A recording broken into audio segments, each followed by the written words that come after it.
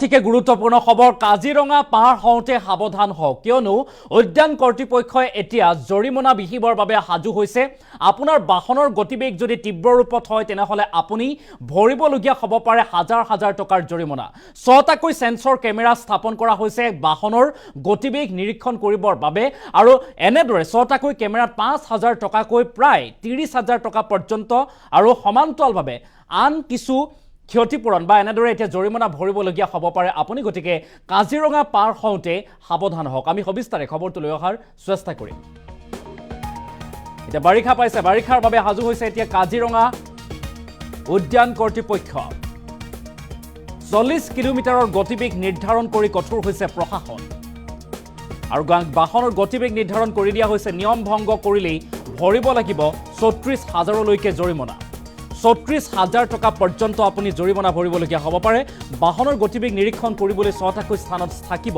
সেন্সৰ camera আৰু প্ৰতিটো সেন্সৰ কেমেৰাই নিৰীক্ষণ কৰিব তীব্ৰবেগী বাহনৰ গতিবেগ নিৰীক্ষণ কৰিব কেমেৰাই প্ৰতিটো কেমেৰাই পৃথকে ধৰা পেলাব বাহনৰ গতিবেগ কিমান স্পীডত আপুনি বাহন চলাইছে আপোনাৰ গতিবেগ নিৰীক্ষণ কৰিব কেমেৰাই আৰু প্ৰতিটো কেমেৰাত উলংঘনৰ বাবে জৰিমনাও হ'ব পৃথক আৰু প্ৰতিটো কেমেৰাত তীব্ৰ গতিবেগ ধৰা পৰিলে ৫,০০০ টকাকৈ হ'ব জৰিমনা আৰু ছটা কেমেৰাত মুঠ জৰিমনা হ'ব ৩০,০০০ টকা পৰ্যন্ত আৰু দুখন ইণ্টাৰচেপ্টৰ বাহনৱে নজৰ ৰাখিব এতিয়া দ্ৰুতবেগী বাহনসমূহত আৰু ইণ্টাৰচেপ্টৰত ধৰা পৰিলেই ২,০০০ টকাৰ জৰিমনা ভৰিব লাগিব আৰু ঠিক এনেদৰে সৰ্বমুঠ ৩৬,০০০ টকা পৰ্যন্ত আপুনি জৰিমনা ভৰিবলগীয়া হ'ব পাৰে কাজিৰঙাত গতিকে সাৱধান হওক সতৰ্ক হওক কাজিৰঙা পাৰ হওঁতে সাৱধান হোৱাটো বাঞ্ছনীয় আৰু অন্যথা ৩৬,০০০ টকা পৰ্যন্ত হ'ব পাৰে জৰিমনা আপুনি ভৰিবলগীয়া হ'ব পাৰে এটা ডাঙৰ খবৰ যেহেতু এতিয়া বাৰিষাৰ বতৰ আৰু বাৰিষাৰ বতৰত আগতেই কাজিৰঙা উদ্যান কৰ্তৃপক্ষই স্পীড লিমিট নিৰ্ধাৰণ কৰি দিয়া দেখিবলৈ পোৱা গৈছে আৰু বাহন অতি কম বেগত চলাবৰ বাবে কোৱা হৈছে ৪০ কিলোমিটাৰ ঘণ্টাত ৪০ কিলোমিটাৰ গতিবেগত যাব পাৰিব তাৰ বাবে এতিয়া নিৰ্ধাৰণ কৰি দিয়া হৈছে গতিবেগ অন্যথা আপুনি ভৰিবলগীয়া হ'ব পাৰে জৰিমনা যেহেতু এতিয়া বাৰিষাৰ সময় জীৱ-জন্তুৱে ৰাজপথলৈ ওলাই আহে গতিকে এই জীৱ-জন্তুসমূহৰ যাতে কোনো ক্ষতি নহয় তাৰ বাবে এনেদৰে এতিয়া উদ্যান কৰ্তৃপক্ষই এই ব্যৱস্থা হাতত লোৱা পৰিলক্ষিত হৈছে বা বৃহৎ পদক্ষেপ হাতত লৈছে যদিহে আপুনি নিয়ম ভংগ কৰে তেনেহলে ৩৬,০০০লৈকে জৰিমনা ভৰিবলগীয়া হ'ব পাৰে আৰু বাহনৰ গতিবেগ নিৰীক্ষণ কৰিবলৈ ছটাকৈ স্থানত থাকিব এতিয়া সেন্সৰ কেমেৰা স্থাপন কৰা দেখিবলৈ পোৱা গৈছে প্ৰতিটো সেন্সৰ কেমেৰাই নিৰীক্ষণ কৰিব তীব্ৰবেগী বাহনৰ গতিবেগ আপুনি কিমান স্পীডত বাহন চলাব সেই গতিবেগ আপোনাৰ নিৰীক্ষণ কৰিব সেন্সৰ কেমেৰাই আৰু প্ৰতিটো কেমেৰাত পৃথকে জৰিমনা বিহা হ'ব আপোনাৰ গতিবেগ অনুসৰি গতিকে আপুনি উজনিৰ পৰা যদি নামনিৰ অভিমুখে আহিব বিচাৰিছে বা নামনিৰ পৰা উজনিৰ অভিমুখে যাব বিচাৰিছে তেন্তে এই কাজিৰঙা পাৰ হওঁতে সাৱধান হওক সতৰ্ক হওক অন্যথা আপুনি ভৰিবলগীয়া হ'ব পাৰে বৃহৎ মোটা অংকৰ জৰিমনা কিছু মন্তব্যও আছে আমি সেই মন্তব্য আগবঢ়োৱাৰ চেষ্টা কৰিম আমাৰ ৰাষ্ট্ৰীয় ঘাইপথ NH-37 6 লোকেশনত আমাৰ এনিমেল সেন্সৰ ক্যামেৰা সিস্টেম ফাংশনিং আছে তাত স্পীড মনিটৰিং সিস্টেম আছে আৰু ভেহিকল নাম্বাৰ ট্ৰেক কৰা সিস্টেম আছে আমাৰ এইটো এৰিয়া জাকৰবন্দাৰ পৰা আহিলে প্ৰথম আমাৰ আমগুৰি হাতী কেম্প তাৰপিছত পূব হালদিবাৰী আৰু পানবাৰী দুটা লোকেশনত আমি এইটো এতিয়া এক্টিভ কৰা হৈছে তাত যদি স্পীড লিমিট যদি ভংগ কৰে মানুহ তেতিয়া আমাৰ NGT আৰ্ডাৰ মতে 5,000 रुपये फाइन হবে प्रत्येक অফেন্সৰ আমাৰ প্ৰত্যেকবাৰ ভংগ কৰিলে 5,000 रुपये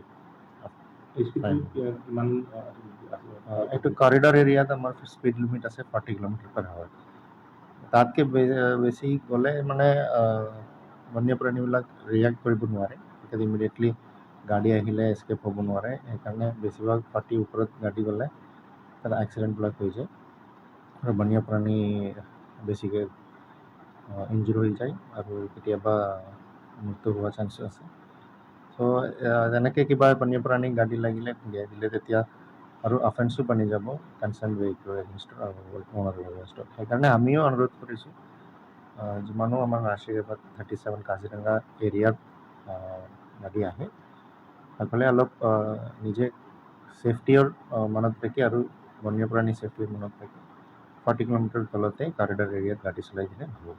আৰু ইণ্টাৰচেপ্টৰসমূহৰ ফাইন কৰা হৈ গৈছে, ইণ্টাৰচেপ্টৰসমূহ কিমান ফাইন হৈ গৈছে? ইণ্টাৰচেপ্টাৰো ইয়াত ৰেগুলাৰলি ডিউটি কৰে। এইটো interceptor fine motor vehicle actor মতে আহিব, তাত বিভিন্ন কেটেগৰী থাকে। সেইটো বিষয়ে আপুনি এইটো কনচাৰ্ণ ডিপাৰ্টমেণ্টৰ পৰা ল'লে ভাল। আমাৰ ৰাষ্ট্ৰীয় ঘাইপথ NH 37ত 6 লোকেশ্যনত আমাৰ এনিমেল সেন্সৰ কেমেৰা চিষ্টেম ফাংচনিং আছে। তাত স্পীড মনিটৰিং চিষ্টেমো আছে আৰু ভেহিকেল নাম্বাৰ ট্ৰেক কৰা চিষ্টেমো আছে। আমাৰ এইটো এৰিয়া জাকৰাবান্ধাৰ পৰা আহিলে প্ৰথম আমাৰ আমগুৰি, হাতী কেম্প, তাৰপিছত পূব হালদিবাৰী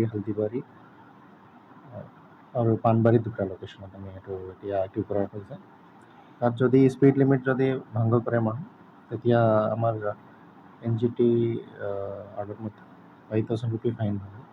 प्रत्येक অফেন্সৰ আমাৰ প্ৰত্যেকবাৰ ভংগ কৰিলে 5,000 रुपये ফাইন। কিমান এইটো কৰিডৰ এৰিয়াত আমাৰ স্পীড লিমিট আছে 40 কিলোমিটাৰ পাৰ আৱাৰ। তাতকৈ বেছি গ'লে মানে বন্যপ্ৰাণীবিলাক ৰিয়েক্ট কৰিব নোৱাৰে, তেতিয়া ইমিডিয়েটলি গাড়ী আহিলে এস্কেপ হ'ব নোৱাৰে। সেইকাৰণে বেছিভাগ 40 ওপৰত গাড়ী গ'লে তাত এক্সিডেণ্টবিলাক হৈ যায় আৰু বন্যপ্ৰাণী বেছিকৈ ইনজুৰ হৈ যায় আৰু কেতিয়াবা মৃত্যু হোৱাৰ চান্স আছে। চ' যেনেকৈ কিবা বন্যপ্ৰাণী গাড়ী লাগিলে খুন্দিয়াই দিলে তেতিয়া আৰু অফেন্সো বানি যাব কনচাৰ্ণ ভেহিকুলৰ এগেইনষ্টত আৰু ওনাৰৰ এগেইনষ্টত। সেইকাৰণে আমিও অনুৰোধ কৰিছোঁ যিমানো আমাৰ ৰাষ্ট্ৰীয় ঘাট 37 কাজিৰঙা এৰিয়াত গাড়ী আহে সকলে অলপ নিজে ছেফটিৰ মনত ৰাখি আৰু বন্যপ্ৰাণী ছেফটিৰ মনত ৰাখি 40 কিলোমিটাৰ তলতে কৰিডৰ এৰিয়াত গাড়ী চলাই দিলে ভাল হ'ব। আৰু ইণ্টাৰচেপ্টৰসমূহৰ ফাইন কৰা হৈ গৈছে, ইণ্টাৰচেপ্টৰসমূহ কিমান ফাইন হৈ গৈছে? ইণ্টাৰচেপ্টাৰো ইয়াত ৰেগুলাৰলি ডিউটি কৰে। এইটো interceptor fine motor vehicle actor মতে আহিব, তাত বিভিন্ন কেটেগৰী থাকে। সেইটো বিষয়ে আপুনি এইটো কনচাৰ্ণ ডিপাৰ্টমেণ্টৰ পৰা ল'লে ভাল।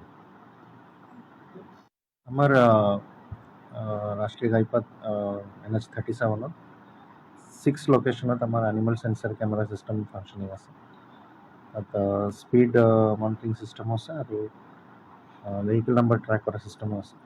আমাৰ এইটো এৰিয়া জাকৰাবান্ধাৰ পৰা আহিলে প্ৰথম আমাৰ আমগুৰি, হাতী কেম্প, তাৰপিছত পূব হালদিবাৰী আৰু পানবাৰী দুটা লোকেশ্যনত আমি এইটো এতিয়া এক্টিভ কৰা হৈছে। তাত যদি স্পীড লিমিট যদি ভংগ কৰে মানুহ, তেতিয়া আমাৰ NGT অৰ্ডাৰ মতে 5,000 रुपये फाइन হবে। प्रत्येक অফেন্সৰ আমাৰ প্ৰত্যেকবাৰ ভংগ কৰিলে 5,000 रुपये ফাইন। কিমান এইটো কৰিডৰ এৰিয়াত আমাৰ স্পীড লিমিট আছে 40 কিলোমিটাৰ পাৰ আৱাৰ। তাতকৈ বেছি গ'লে মানে বন্যপ্ৰাণীবিলাক ৰিয়েক্ট কৰিব নোৱাৰে, তেতিয়া ইমিডিয়েটলি গাড়ী আহিলে এস্কেপ হ'ব নোৱাৰে। সেইকাৰণে বেছিভাগ 40 ওপৰত গাড়ী গ'লে তাত এক্সিডেণ্টবিলাক হৈ যায় আৰু বন্যপ্ৰাণী বেছিকৈ ইনজুৰ হৈ যায় আৰু কেতিয়াবা মৃত্যু হোৱাৰ চান্স আছে। চ' যেনেকৈ কিবা বন্যপ্ৰাণী গাড়ী লাগিলে খুন্দিয়াই দিলে তেতিয়া আৰু অফেন্সো বানি যাব কনচাৰ্ণ ভেহিকুলৰ এগেইনষ্টত আৰু ওনাৰৰ এগেইনষ্টত। সেইকাৰণে আমিও অনুৰোধ কৰিছোঁ যিমানো আমাৰ ৰাষ্ট্ৰীয় ঘাট 37 কাজিৰঙা এৰিয়াত গাড়ী আহে সকলে অলপ নিজে ছেফটিৰ মনত ৰাখি আৰু বন্যপ্ৰাণী ছেফটিৰ মনত ৰাখি 40 কিলোমিটাৰ তলতে কৰিডৰ এৰিয়াত গাড়ী চলাই দিলে ভাল হ'ব। আৰু ইণ্টাৰচেপ্টৰসমূহৰ ফাইন কৰা হৈ গৈছে, ইণ্টাৰচেপ্টৰসমূহ কিমান ফাইন হৈ গৈছে? ইণ্টাৰচেপ্টাৰো ইয়াত ৰেগুলাৰলি ডিউটি কৰে। এইটো interceptor fine motor vehicle actor মতে আহিব, তাত বিভিন্ন কেটেগৰী থাকে। সেইটো বিষয়ে আপুনি এইটো কনচাৰ্ণ ডিপাৰ্টমেণ্ট